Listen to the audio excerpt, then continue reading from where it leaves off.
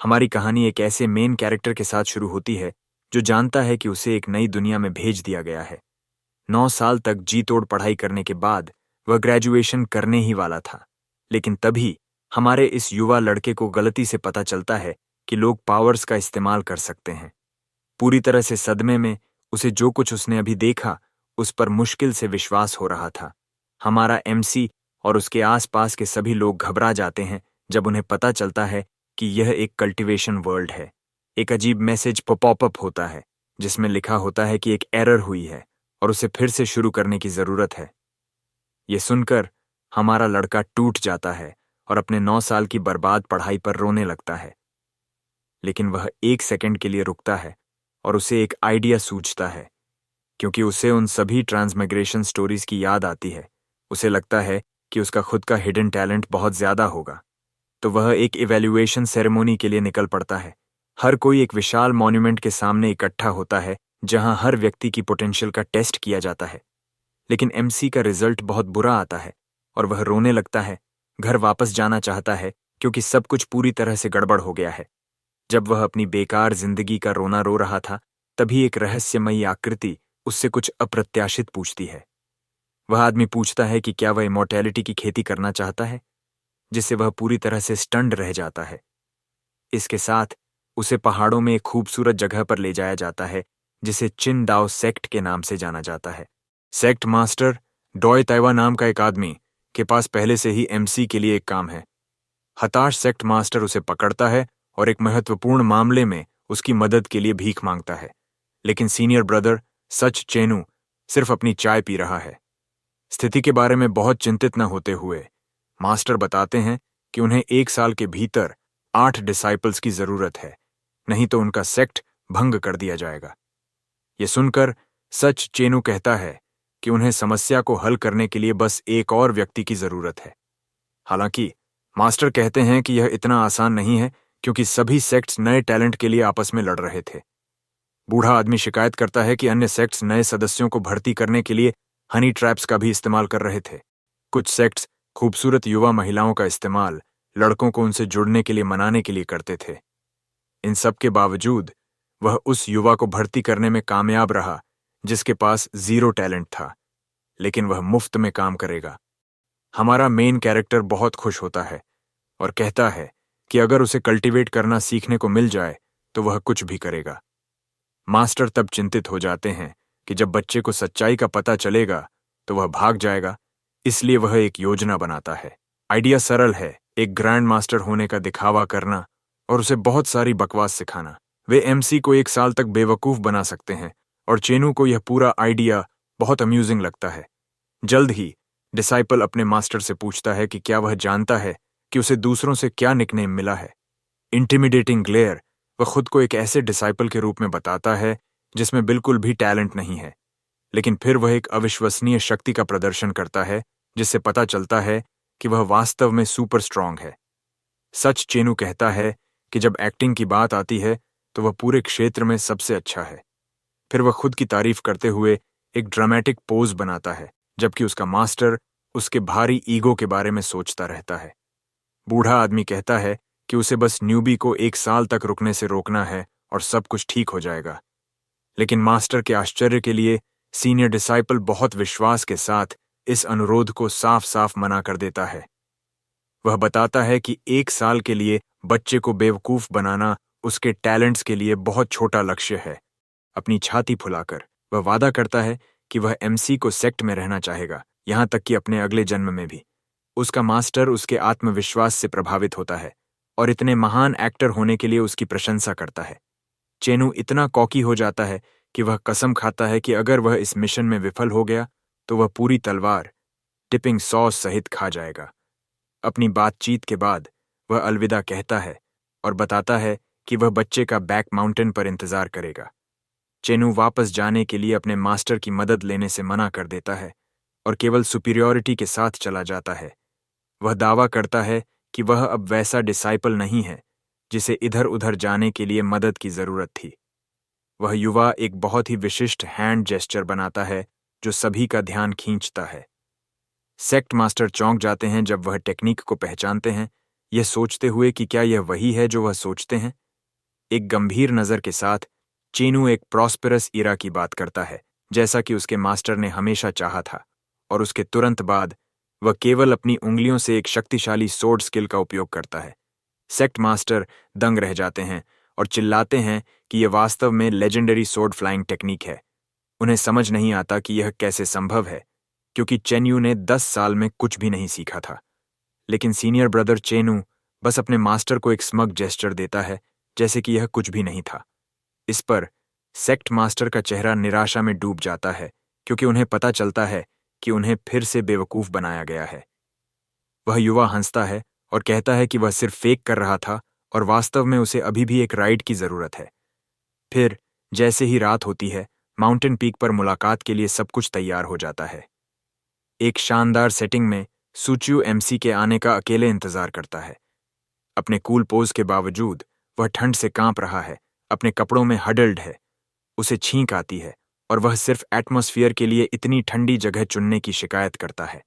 अचानक उसे किसी की प्रेजेंस का एहसास होता है और वह चौकस हो जाता है, क्योंकि एमसी आखिरकार आ गया है। वह तुरंत सीधा हो जाता है और अपना ग्रैंड परफॉर्मेंस शुरू करने के लिए कैरेक्टर में आ जाता है। एमसी थका हुआ आता है और यह देखकर आश्चर्यचकित होता है कि इमॉर्टल्स कितने एक्स्ट्रॉर्डिनरी हैं। यह पिंग पूरी तरह से उस इम्पोजिंग फिगर से प्रभावित है जिसे वह अपने सामने देखता है। फुल मून की रोशनी में सीनियर ब्रदर एक सच्चे कल्टीवेशन मास्टर की तरह दिखता है। एक गंभीर और रहस्यमयी नज़र के साथ वह अपना बड़ा शो शुरू करने के लिए एमसी को घूरता है। एमसी क्लिफ के शीर्ष पर सच चेनू को देखता है। अचानक सीनियर ब्रदर अपनी तलवार के चारों ओर ब्लू लाइटनिंग बुलाता है, जो एक गॉड की तरह दिखता है। पूरी तरह से शॉक्ड होकर येप्पिंग सोचता है कि क्या वह जो देख रहा है वह एक सच्चा सोर्ड इमॉर्टल है। लेकिन फिर हमारे एमसी को पूरी स्थिति के बारे में एक अजीब सी फीलिंग होने लगती है। वह खुद से पूछता है कि एक ऐसा सेक्ट जिसने उसके जैसे किसी साधारण व्यक्ति को लिया हो, उसमें इतना अविश्वसनीय डिसाइपल कैसे हो सकता है। उसी पल उसके दिमाग में एक आइडिया आता है, जिससे वह संभावना से पूरी तरह से उड़ जाता है। हमारा युवा लड़का कल्पना करता है कि सेक्ट वास्तव में सुपर पावरफुल मास्टर्स का एक सीक्रेट ग्रुप है। इससे वह उत्साहित हो जाता है, यह सोचकर कि वहां कोई भी उसे अविश्वसनीय रूप से स्ट्रांग बना सकता है। फिर हमारा लड़का याद करने लगता है जब वह उसी दिन पहले सेक्ट में शामिल हुआ था। उसे याद आता है कि पूरी जगह टूटी फूटी लग रही थी। यह इतना पुराना और अबैंडन्ड था। उसने उस समय इस पर ज्यादा ध्यान नहीं दिया, लेकिन अब उसे लगता है कि रन डाउन लुक थोड़ा ओवर द टॉप था। हालांकि खंडहर में भी जगह बेदाग साफ थी, जो उसे बहुत दिलचस्प लगी। फिर वह टुकड़ों को एक साथ जोड़ता है और महसूस करता है कि यह सब अपनी असली शक्ति को छिपाने के लिए एक डिस्गाइज था। वह चकित हो जाता है और घोषणा करता है कि 30 लाख इमॉर्टल्स भी उसके सीनियर ब्रदर की तुलना नहीं कर सकते। यह सुनकर चिंगू मुस्कुराता है और कहता है कि उसे एमसी का स्टाइल पसंद है और वह उसे अपने पंखों के नीचे ले लेता है। चिनू को कॉम्प्लीमेंट पसंद आता है और फेवर वापस करने के लिए वह एक छोटा सा डेमोन्स्ट्रेशन करने का फैसला करता है। फिर वह कहता है कि वह हमारे युवा को अपनी पावर्स को सुधारने का एक शानदार अवसर देने जा रहा है। वह एमसी की ओर एक शक्तिशाली एनर्जी ब्लास्ट छोड़ता है। ये पिंग ब्लो की ताकत से पीछे की ओर गिर जाता है। दृश्य से पूरी तरह से चकित होकर चेनू बताता है कि ब्रीज एक सीक्रेट आर्ट है जो किसी की कल्टीवेशन टैलेंट को बहुत बढ़ाता है। हमारा युवा शॉक में है, क्योंकि किसी भी ऑर्डिनरी सेक्ट के पास इतनी शक्तिशाली टेक्निक नहीं होगी। पिंग झुकता है, जबकि सीनियर ब्रदर बस अपनी बांह में दर्द छिपाता है। लेकिन अपने दिमाग में वह हंस रहा है, क्योंकि यह सिर्फ एक रेगुलर गस्ट ऑफ विंड थी और कुछ नहीं। इसके तुरंत बाद वह कहता है कि उसे तलवार सिखाने से पहले वह हमारे युवा से एक सवाल पूछने जा रहा है। एमसी उत्साहित हो जाता है, क्योंकि उसने कहानियों में ऐसा देखा है जहां मास्टर पहले अप्रेंटिस का टेस्ट करते हैं। एक सुपीरियर हेयर के साथ ढोंगी मास्टर उससे पूछता है कि वह सोर्ड्समैनशिप का पिनिकल क्या सोचता है। चेनू मन ही मन खुश होता है, यह कहने की योजना बनाता है कि वह जो भी जवाब देगा वह वैसे भी गलत होगा। यंग विचारशील हो जाता है और तलवार के पिनिकल के बारे में सवाल को बहुत गंभीरता से लेता है। हमारा युवा सोचता है कि सवाल अविश्वसनीय है और उनकी वर्तमान स्थिति के लिए बिल्कुल उपयुक्त है। उसे यकीन है कि वह एक मास्टर की प्रेजेंस में है और वह सोचता है कि इतने गहरे सवाल का जवाब कैसे दिया जाए। फिर वह सोचता है कि जवाब सिंपल नहीं हो सकता, इसीलिए वह बहुत सावधान रहने का फैसला करता है। पूरे 1 घंटे के बाद एमसी अभी भी सोच रहा है, जिससे उसका सीनियर ब्रदर बहुत परेशान हो जाता है। मन ही मन चेंगू शिकायत करता है कि वह इस जगह पर न्यूबी का इंतजार करते करते जम जाएगा। वह आखिरकार जवाब देता है कि तलवार का पिनिकल घास का एक सिंगल ब्लेड है जो सूरज और चंद्रमा को काट सकता है। यह सुनकर सुचेनु बच्चे के अविश्वसनीय रूप से ओवर द टॉप जवाब से पूरी तरह से चकित रह जाता है। उसके दिमाग में घास का एक सिंपल ब्लेड कुछ बेहद शक्तिशाली बन जाता है। हमारा युवा घास के एक सिंगल ब्लेड की कल्पना करता है जिसमें आसमान और सितारों को काटने की शक्ति है। यह चेनू को हैरान कर देता है क्योंकि वह भी इतनी प्रभावशाली लाइन नहीं सोच सकता था। वह बहुत आगे निकल गया। यिपिंग पूछता है कि क्या उसका जवाब किसी भी तरह से ऑफेंसिव था, लेकिन अंदर ही अंदर सीनियर ब्रदर को लाइन पसंद आती है और वह भविष्य में खुद इसका इस्तेमाल करने का फैसला करता है। इसलिए वह एक मास्टर की तरह काम करता है और कहता है कि एमसी अभी के लिए थोड़ा बहुत ऊंचा लक्ष्य बना रहा है। मदद करने के लिए चेंगू अपनी तलवार निकालता है और कहता है कि वह हमारे युवा के लिए कुछ करने जा रहा है। फिर एक तेज गति के साथ वह अपने सामने जमीन पर एक एनर्जी मार्क बनाता है। वह कहता है कि उसने वहां एक सोर्ड मार्क छोड़ा है ताकि एमसी टेक्निक का अध्ययन कर सके। वह बताता है कि मार्क में सबसे मजबूत सोर्ड इंटेंट है और वह 7 दिनों में वापस आ जाएगा।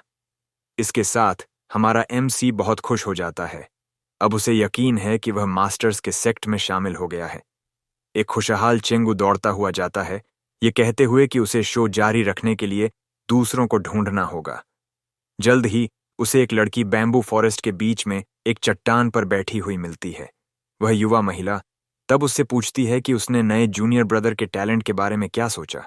वह घूमती है, अपनी खूबसूरत फीचर्स को प्रकट करती है क्योंकि वह अपने सीनियर ब्रदर के जवाब का इंतजार करती है, लेकिन वह जासूसी करने के लिए उसे डांटता है और वह दावा करती है कि वह सिर्फ स्थिति के बारे में क्यूरियस थी। उसी पल चेनू को अपनी नई एक्टिंग स्किल्स को अपनी जूनियर सिस्टर पर टेस्ट करने का आइडिया आता है। फिर वह विषय बदलता है और लड़की को इस बारे में भ्रमित कर देता है कि क्या हो रहा है। एक ग्रैंड मास्टर के अंदाज के साथ वह उससे पूछता है कि क्या वह सोर्ड्समैनशिप का पिनिकल जानती है। वह हैरान है और पूछती है कि वह अचानक ये क्यों उठा रहा है। फिर वह घोषणा करता है कि तलवार का पिनिकल घास के एक ब्लेड का उपयोग करके सूरज और चंद्रमा को काटना है। वह युवा महिला उसके शब्दों से प्रभावित होती है और उसकी आंखें प्रशंसा के साथ चमकती हैं। वह उसकी एक्टिंग स्किल्स की तारीफ करती है और चेनू एक प्राउड पोज बनाता है। मजेदार पल के बाद वह फिर से गंभीर हो जाता है और कहता है कि अब उसे उसके सवाल का जवाब देना होगा। वह जानना चाहता है कि न्यूबी को सोर्ड इंटेंट को समझने में कितना समय लगेगा। वह स्वीकार करता है कि वह खुद भी इस तथाकथित सोर्ड इंटेंट को नहीं समझता है और उसकी बहन कहती है कि वह भी नहीं समझती है। लड़की पूरी तरह से भ्रमित हो जाती है और विश्वास नहीं कर पाती कि उसने अभी अभी क्या सुना।